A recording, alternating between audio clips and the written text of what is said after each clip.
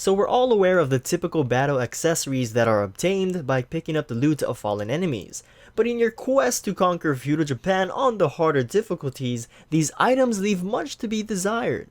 Enter the rare accessories, identified by their golden background and sheer power. These are what true warriors use on the battlefield.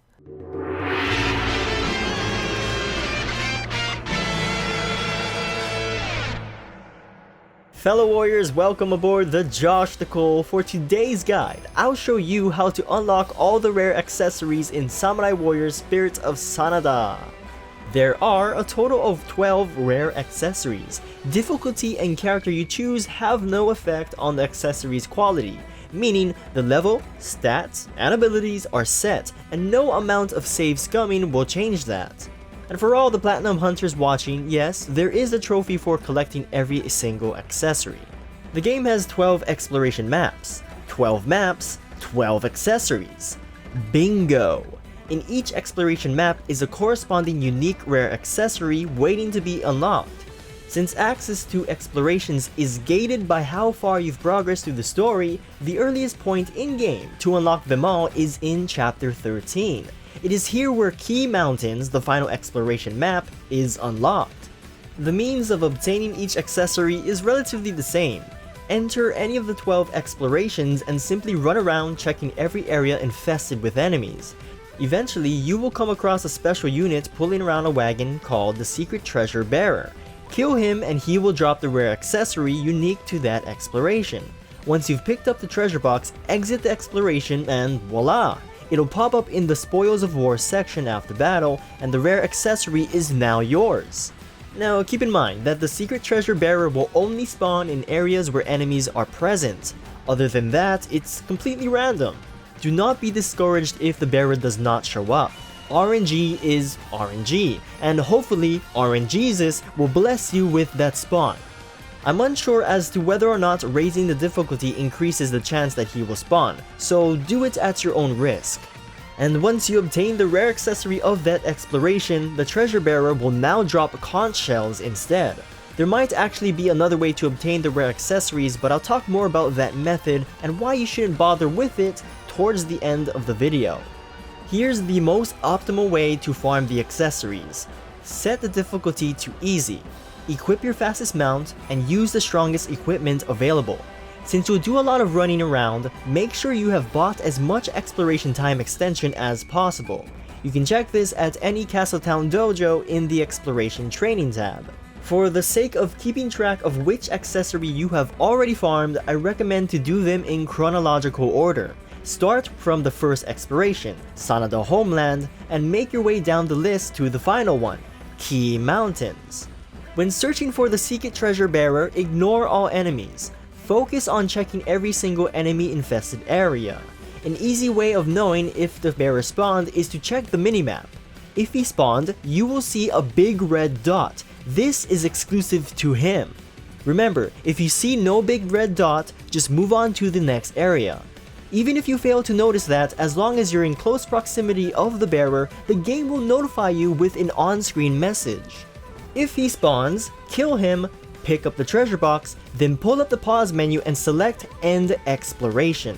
This will save your progress while safely exiting you out of the map. Now move on to the next exploration. Rinse and repeat in every exploration until you've obtained all 12 rare accessories. Even if you checked all areas and the bearer has not spawned, simply do the exact same thing. Choose End Exploration in the pause menu and try again. The Secret Treasure Bearer is a joke. He will not attack you. All he does is run away. Sometimes he will activate his Sonic Speed, gaining a speed boost to further evade and annoy you. Musou and Hyper attacks are your friends here, with mounted Musou attacks being the most effective. Wail on him and he will easily go down. Here's a list of the 12 rare accessories as well as the exploration that each one is obtained in. So you farmed all 12 of them and now you're wondering which ones should you use. If you're going for a build centered around raw ass whooping, any combination of the multi-skilled accessories will work. I personally like to run with Demon Spawn Mask, Ancient Scroll, Golden Lion Armor, Conqueror's Saddle, and Heavenly Brace. The other accessories are a bit more niche and are tailored for grinding or farming. Things like receiving more gold, materials, higher quality items, and easier weapon proficiency grinding. Perhaps the most interesting out of the bunch is the Saddle of Rebirth, which serves as a one-time self-revive per battle. A neat item for your weaker characters. Remember how I said there might be another way to obtain the rare accessories? When all 4 goals in an exploration are completed, a 5th one will unlock. The 5th goal requires you to defeat a powered up version of an officer somewhere in the exploration. Now read this section of the in-game tutorial menu. It says, once you clear the goals, you may have the opportunity to run across enemies bearing valuable battlefield items. An obvious reference to the 5th goal officer. Now with this in mind, it is safe to presume that these 5th goal officers also drop the rare accessories. In my case, they seem to only drop conch shells, just like the secret treasure bearer. That can't be a coincidence. My theory is that if I didn't already obtain the rare accessory of that exploration, the 5th goal officer would probably have dropped it. And who knows, maybe it could be a stronger version of the rare accessory. I haven't been able to test this myself because by the time I defeated one of these officers, I already obtained all the accessories via the treasure bearer. If any of you watching are brave souls and wish to test this yourself, please be my guest. However, even if my theory was true, it wouldn't matter because completing all 5 goals in a single exploration takes forever. In the time spent to do that, you could have already farmed all 12 accessories twice through the treasure bearer.